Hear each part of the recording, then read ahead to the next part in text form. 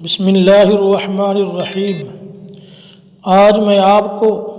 انقلاب مصطفیٰ صلی اللہ علیہ وسلم پر ایک واقعہ سنانا چاہتا ہوں۔ جب تک آپ صلی اللہ علیہ وسلم دنیا میں تشریف نہیں لائے تھے تب تک لوگ اللہ کا نام بھول چکے تھے۔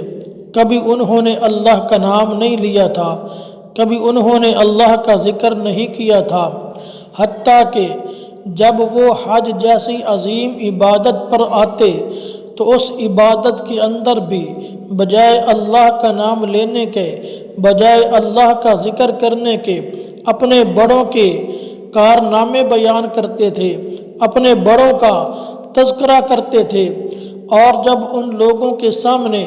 اللہ کا نام لیا جاتا تھا تو ان کی پیشانی پر بل آ جاتے تھے، اور جب اللہ کے علاوہ کسی اور کا تذکرہ کیا جاتا تھا تو وہ خوش ہو جاتے تھے۔ لیکن جب آپ صلی اللہ علیہ وآلہ وسلم دنیا میں تشریف لائے تو پھر ایسا عظیم انقلاب آیا کہ انہی لوگوں کی حالت بالکل بدل گئی۔ اللہ تبارک و تعالی ان کی بعد والی حالت کا نقشہ کھینچتے ہوئے یوں ارشاد فرماتے ہیں: رجال لا تلہیہم تجارت ولا بیع عن ذکر اللہ، کہ پیغمبر کے آنے کے بعد ان لوگوں کی ایسی تربیت ہوئی کہ جنہوں نے کبھی اللہ کا نام نہیں لیا تھا،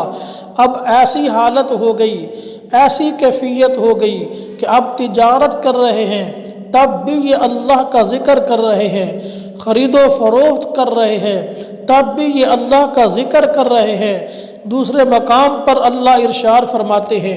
الذین یذکرون اللہ قیاما وقعودا وعلی جنوبہم، کہ پیغمبر کے آنے کے بعد ایسا انقلاب آیا کہ جنہوں نے کبھی اللہ کا نام تک نہیں لیا تھا، اب یہ بیٹھے ہیں تو اللہ کا ذکر کر رہے ہیں، کھڑے ہیں تو اللہ کا ذکر کر رہے ہیں، لیٹے ہیں تو اللہ کا ذکر کر رہے ہیں۔ ایک مرتبہ چند صحابہ کرام مل کر اللہ کا ذکر کر رہے تھے کہ وہاں پر حضرت معاویہ رضی اللہ تعالی عنہ کا گزر ہوا۔